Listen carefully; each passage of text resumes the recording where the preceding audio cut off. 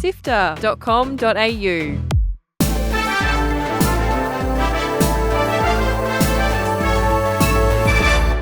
Hi, I'm Fiona Bartholomeus. And I'm Kyle Paletto. Welcome to Walkthrough, SIFTER's weekly recap on the biggest news in video games. This week, EA's Black Panther game is cancelled, OlliOlli World and Rollerdrome are back after being delisted months ago, and Pokémon Legends Z-A gets an October release date. Here is the news for Sunday, 1st of June. Let's go. Join the SIFTER community on Discord at sifter.com.au/Discord. The upcoming Black Panther game has been cancelled and the studio making it has been shut down this week. In an email to staff from EA Entertainment's president Laura Miele said the closing of Cliffhanger Games and cancellation of the game were being done to sharpen their focus and put their creative energy behind the most significant growth opportunities. Cliffhanger Games was a very new studio too. They only formed in 2023 with former developers of Middle-earth: Shadow of Mordor. We haven't actually seen much of the Black Panther game since being announced in 2023. We only really know that it was going to be a single-player action adventure and it would be open world. The email also said that the company is going to focus on a handful of franchises from now on, such as Battlefield, The Sims, Skate, and Apex Legends, and will continue to invest in its Iron Man game at Motive, the third Star Wars Jedi game, and the next Mass Effect, which really just says most of their focus is online-only games, plus they've got to pump out these last few games that they promised. Cool. Love that. Thanks, EA. Speaking of terrible corporations doing terrible things, two Ripper games, OlliOlli World and Rollerdrome, have reappeared on Steam after disappearing from digital stores 4 months ago. In February, we reported that the two sleeper hits had been delisted as Take-Two decided to close developer Roll7 and sell publisher Private Division, both of which only a handful of years after acquiring them. Well, they're back. And would you look at that? They're now published by a different Take-Two publisher, 2K. While it may not seem like a big deal that a couple of games went dark for a few months, I think it's a really glaring example of the bloated and cynical state that the industry finds itself in, thanks to a handful of mega corporations using studios, their developers, and their IPs as cannon fodder. Isn't the whole thing meant to be about creativity, passion, and fun? Well, sometimes it doesn't feel very fun at all. Anyway, now that you have the chance, you should definitely check out OlliOlli World and Rollerdrome. They're great. Get ready to catch them all as the next Pokemon game finally has a release date. Announced on the Pokemon Company website, Pokémon Legends Z-A will launch on October 16 for both the Nintendo Switch and Switch 2 editions.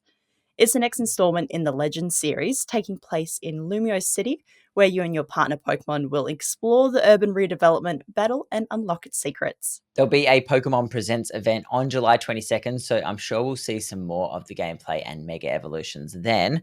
And similar to some of the other Switch games, players who purchase either the physical or digital version will have the option to upgrade to the Nintendo Switch 2 edition once they get their hands on the new console. Well, we knew the writing was on the wall, but it's official. MultiVersus, the Warner Brothers themed Smash Bros. Clone, is officially done again. Yesterday marked the end of the final season of content for the game, and with that, the title has been delisted from stores and playable only offline. Players who have the game installed and have played since the 4th of February this year will automatically get a local save file for offline play next time you turn it on.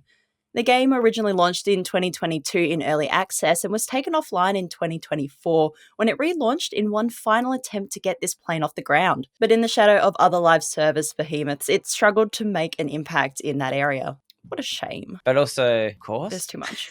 is that bad? Like, even like the big gets that they had, like the Game of Thrones characters, were years too late for that trend. Nothing about that from the get-go looked like something that was going to do well. I don't, That's it for the headlines. Here are the games coming out this week. There's only one game developer who was brave enough to launch a game this week, and of course it's Toby Fox, who is releasing chapters 3 and 4 of Deltarune, the quirky indie RPG. This is the definition of a cult hit, so if that's for you, make sure you check it out this Wednesday on PC. And out on Thursday is, of course, the long-awaited Nintendo Switch 2. It comes with some launch titles like Mario Kart World and Welcome to upgraded Switch games like the Zelda titles and Kirby and the Forgotten Land. As well as those Nintendo titles are a bunch of third-party games making their debut, including Cyberpunk 2077, Split Fiction, Hogwarts Legacy, Street Fighter 6, and Civilization 7, which could be really cool with that mouse functionality. That's all out on the 5th. And that's all the games out this week because every other studio, other than Toby Fox, was too afraid to come up against Nintendo, which honestly is fair. This is a big week. Articles to read, Videos to watch. and podcasts to listen to. SIFTER.com.au. This has been Walkthrough by SIFTER. My name is Kyle Paletto. And my name is Fiona Bartholomeus. Thank you so much for listening. We'll be covering heaps of the new Nintendo Switch 2. Make sure you keep yourself glued to SIFTER.com.au as Gianni digs into the brand new console. We'll have reviews for Mario Kart World, the Zelda remakes, and the hardware itself. So be sure to follow us on @SIFTERHQ on socials and keep it locked to SIFTER.com.au. SIFTER is produced by myself, Carl Paletto, Kat Jan, Adam Christou, Courtney Smith, and Chris Button. Mitch Lowe is senior producer, and Gianni Di Giovanni is SIFTER's executive producer, who edited this video and the script. Thanks to Brian Fairbanks from Salty Dog Sounds for composing the Walkthrough theme tune, and Audio Technica Australia and Apple for their support of SIFTER's podcasts. We'll be back with more news next Sunday. See you then.